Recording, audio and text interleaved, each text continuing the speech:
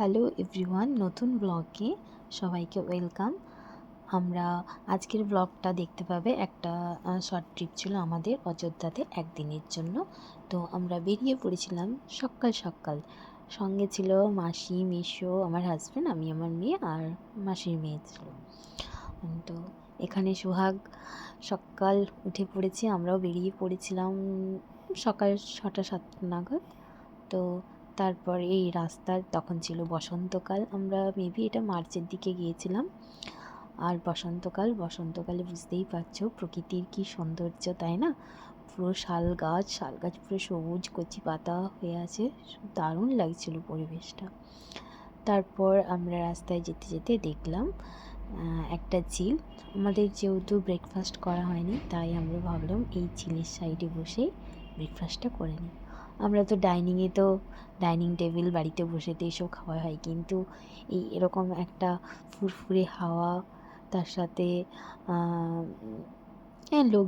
রাস্তায় লোকজন খুব কম যাচ্ছিলো, বাট এইসব পরিবেশ দেখতে দেখতে আমাদের খাওয়া হচ্ছিলো, ব্রেকফাস্ট করছিলাম। আর আমার মেয়ে সে খেলা করছে তার দিদির সাথে, দুই বোন মিলে, আর মেসো তার সাথে একটু মজা করে নিচ্ছে।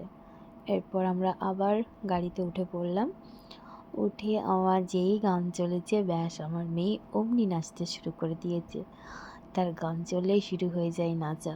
ব্যাস, তার সাথে সাথে আমিও বলছিলাম ওর দিদিটাকে করতে, কারণ ও একটা সঙ্গী পেয়ে যায়, কিন্তু আমার মনে ওর কোনো সঙ্গী লাগে না, গান চললেও নাচতে শুরু করে দেয়।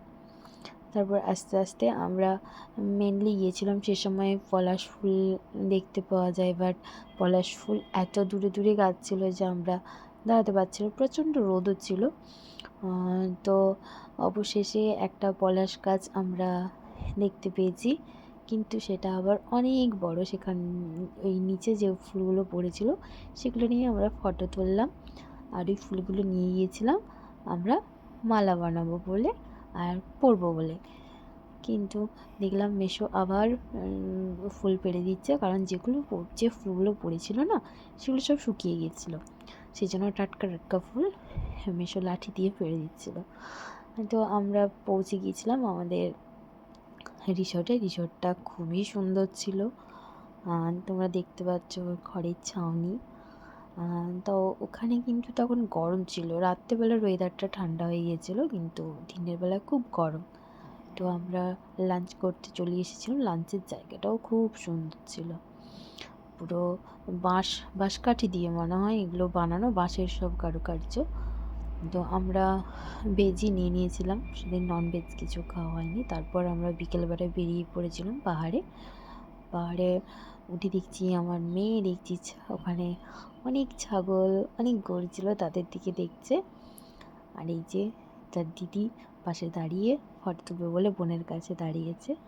তারপর আমরা রাত হতে চলে গেলাম সন্ধ্যেবেলায় সুইমিং পুলে, বাট প্রচুর ঠান্ডা ছিল। আমার মেয়ে এদিকে নাচ করছে, এদিকে ওর পাপা, মিশো সবাই সুইমিং পুলে নেমেছে।